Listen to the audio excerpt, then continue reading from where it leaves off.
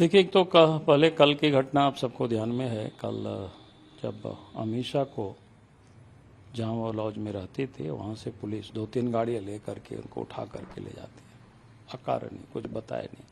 जब ये जानकारी मिली तो हम संभवतः गोला के आसपास थे, तो फिर मैंने बच्ची का टेलीफोन नंबर हमें मिला, तो फिर मैंने उनसे बात की। तो उन्होंने बताया कि मुझे कुछ भी पता नहीं अंकल, हमको इसे उठा के ले आए तो हम चले आए।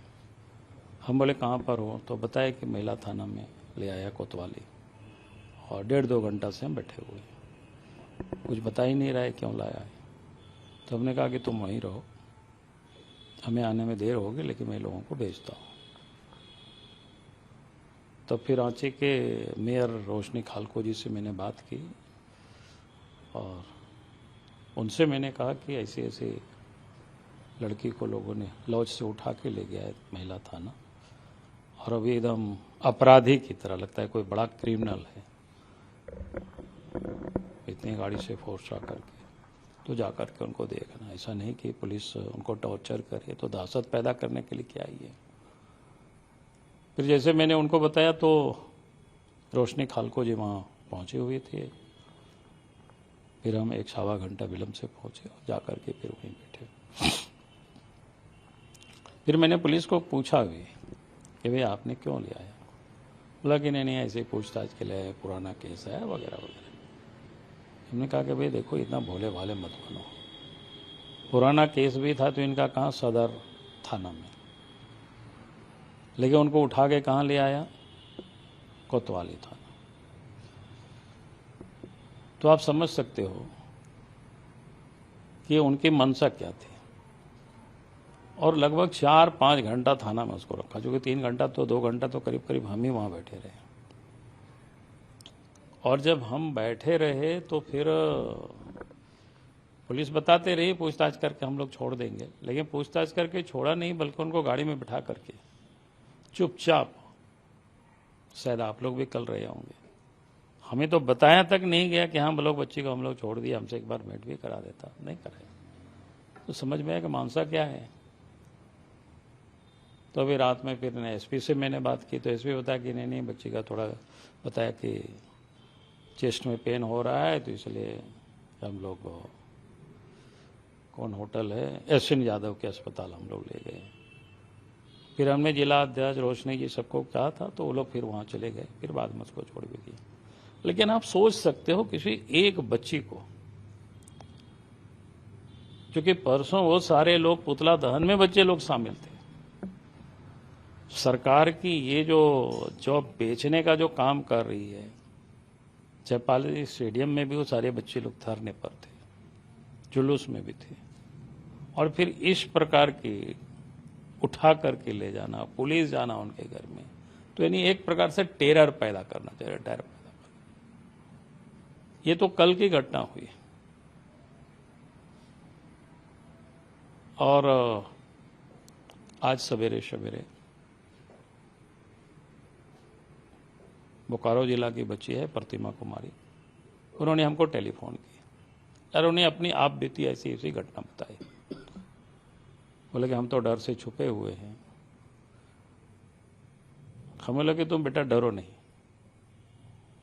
तुम्हारे साथ जो जो हुआ है उस सारी चीज को तुम लिख डालो और थाना में चल करके एफआईआर करना।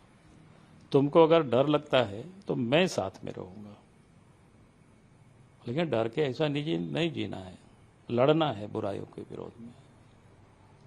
फिर बच्ची तैयार हुई, हम गए नहीं थे। फिर हमने कहा कि तुम जब पूरा ड्राफ्ट तैयार कर लोगे तो हमको बताना।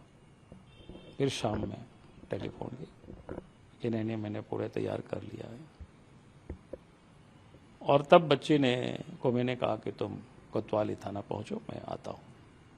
और फिर हम सब लोग आए, दीपक प्रकाश जी आए, अमर बौरी जी आए, फिर रांची महानगर जिला के पदाधिकारी लोग थे, अध्यक्ष थे। फिर हम सब लोग जा करके बैठ करके थाना में उनके एप्लीकेशन को हम लोग रिसीव कराए। थानेदार को हम लोग कहे कि आप इस बार एफआईआर करें। यानी किस प्रकार से बच्चे डरे हुए हैं। बच्ची ने तो वहां प्रेस के साथ भी उन्होंने बात की और मजबूती से अपनी बात को रखी। मैं तो उस बच्ची को सैल्यूट करता हूं। 2 दिन भले ही वो छुप के डरे सहमी रही, लेकिन जब उनको लगा कि नहीं कोई साथ देने वाला है, तो मैं जितना नहीं बोल सका था उतना हमको पता भी नहीं था, उससे कहीं अधिक उन्होंने आज थाना के बाहर ही प्रेस के सामने उन्होंने रखा। जब हमारी उनसे बातचीत हो रही थी तो बोल रही थी कि 2 दिनों तक वो काफी डरी सहमी थी, मानसिक स्थिति ऐसी नहीं थी कि वो सामने आकर बात करें। अब उनकी हिम्मत जुटी है तो वही है, और उन्होंने जेएमएम के कार्यकर्ताओं के खिलाफ एफआईआर दर्ज करने के लिए शिकायत की। अब स्वाभाविक है, अनुसूचित जाति वर्ग के बच्चे है और बाहर से आकर के यहाँ तैयारी कर रही है और उन लोगों के साथ लगातार छल हो रहा है, तो स्वाभाविक लोग विरोध करेंगे। और विरोध कर रहे हैं तो पुलिस टेरर बन करके काम कर रही है, बच्चों को डरा रहे हैं, धमका रहे हैं। और इसलिए मैंने आज वहां थानेदार से पूछा भी, हमने कहा कि अगर आपके मजिस्ट्रेट कोई शिवशंकर पांडे सीओ है सदर के, उन्होंने अगर एफआईआर किया है, ठीक है, उनका दायित्व बनता है, लेकिन उन मजिस्ट्रेट का यह भी दायित्व बनता था जिन लोगों ने उस जुलूस पर हमला किया था, जगह जगह पर व्यवधान पैदा किया था, एक मजिस्ट्रेट की ओर से एफआईआर होता है और 2 अन्य लोगों से लोग एफआईआर करवाते हैं।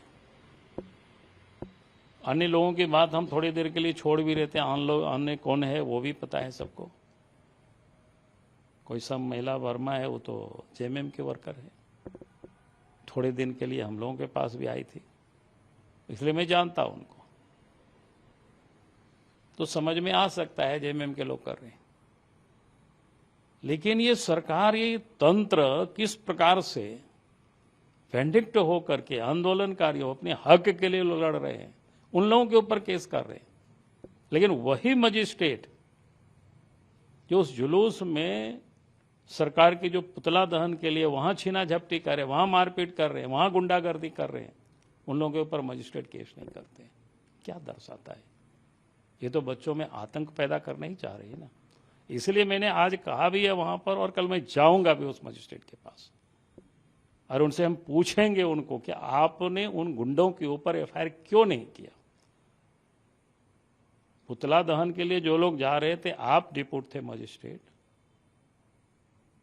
मजिस्ट्रेट छीन रहे थे, उनका हक बनता है, होता है। लेकिन जेएमएम के वर्कर किस हैसियत से वहां कर रहे हैं? अगर वहां कर रहे हैं गुंडागर्दी, तो उनके विरोध में आपने एफआईआर क्यों नहीं किया? तो ये तो साफ दिख रहा है, ये लोग कानून की हिफाजत नहीं बल्कि गुंडों को ही लोग हिफाजत दे रहे हैं। और इसीलिए मैं कल, हमने कहा है कल, कौन शिवशंकर पांडे कोई सीओ है, मैं जाऊंगा उसके दफ्तर में और उनसे हम पूछेंगे कि आपने एफआईआर क्यों नहीं किया है, और इन लोगों के ऊपर आपने एफआईआर किया तो किन के आदेश पर आपने एफआईआर किया। नहीं, उसके लिए तो लड़ाई लड़ेंगे, उसके लिए कोई चिंता की बातें नहीं है, वो सब होते रहता है। लेकिन मैं ये कह रहा हूं, मैंने तो पुलिस से ही पूछा कि बाकी का एफआईआर क्यों नहीं हुआ। उन्होंने कहा कि सर जो लोगों ने लिखित दिया वो मैंने एफआईआर किया, आज आप लोग लिखित दिलवा रहे हैं, आज हम लोग इसको भी एफआईआर करेंगे। वो तो अपने को साफ नहीं बचने के लिए। अगर मजिस्ट्रेट हमें लिख करके ये भी देता तो हम एफआईआर करते। अब बीजेपी को हताश और निराश नहीं, हताश और निराश तो जेएमएम के लोग हैं। उनको लगा कि जो कि आंदोलन संवैधानिक है, अपने हक के लिए बच्चे लड़ाई लड़ रहे हैं, उनको अपने पुलिस और मजिस्ट्रेट के ऊपर भी शायद पूरा भरोसा नहीं था। इसलिए गिरिडीह में हो, हजारीबाग में हो, रामगढ़ में हो, रांची में हो, जेएमएम के गुंडे डंडे लेकर के, उनके जिला अध्यक्ष लोग डंडे लेकर के लोग पीट रहे थे बच्चों को। हताश हम हैं कि हताश जेएमएम वाले हैं? लेकिन अगर इस प्रकार की सड़कों पर गुंडागर्दी करेगा जेएमएम के वर्कर या जेएमएम के गुंडे, तो बीजेपी चुप नहीं रहेगी भाई। ये संदेश तो मैंने कहा ना कि कल तो मैं मजिस्ट्रेट को जाने वाला हूं कि भाई आपने उन लोगों पर क्यों एफआईआर नहीं किया, बताइए, वो उत्तर दीजिए उसका।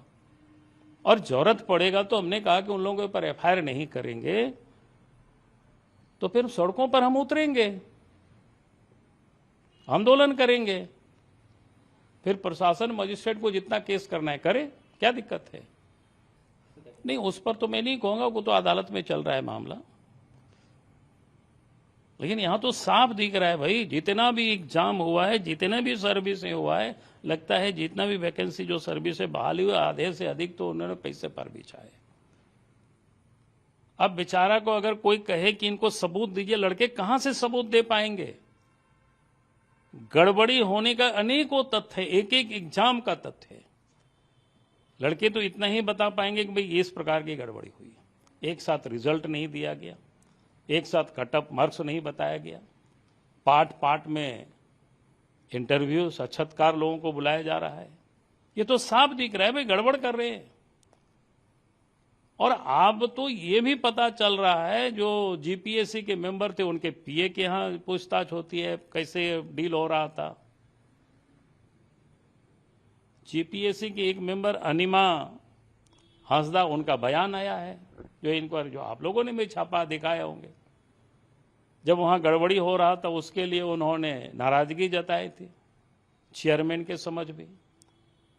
यहां तक कि उस बयान में जो आया है अखबारों में कि सुदीप सोनू से भी उन्होंने बात किया है मंत्री से कि हाँ इस प्रकार की गड़बड़ी हो रही है। तो ये तो स्पष्ट है भाई, प्रूफ कौन जांच करेगा, कौन जुटाएगा? जो सत्ता में बैठे हुए लोग तो गड़बड़ी में लगे हुए, और इसीलिए बच्चे मांग करे सीबीआई से जांच होना चाहिए। और जब तक वो जांच नहीं होगी तब तक कोई फैसला नहीं हो सकता है। पता नहीं चलेगा इन लोगों ने कहां कहां गड़बड़ किया है, कैसे कैसे गड़बड़ किया है। उस गड़बड़ी में, उस दलाली में, उस नौकरी बेचने में, खरीदने में कौन कौन लोग शामिल है, ये तो सीबीआई जांच से स्पष्ट होगा। जो लोग इन्वॉल्व है इस काम में, जिन लोगों ने पैसे देके नौकरी लिया है उनकी पैसे नौकरी चली जाएगी।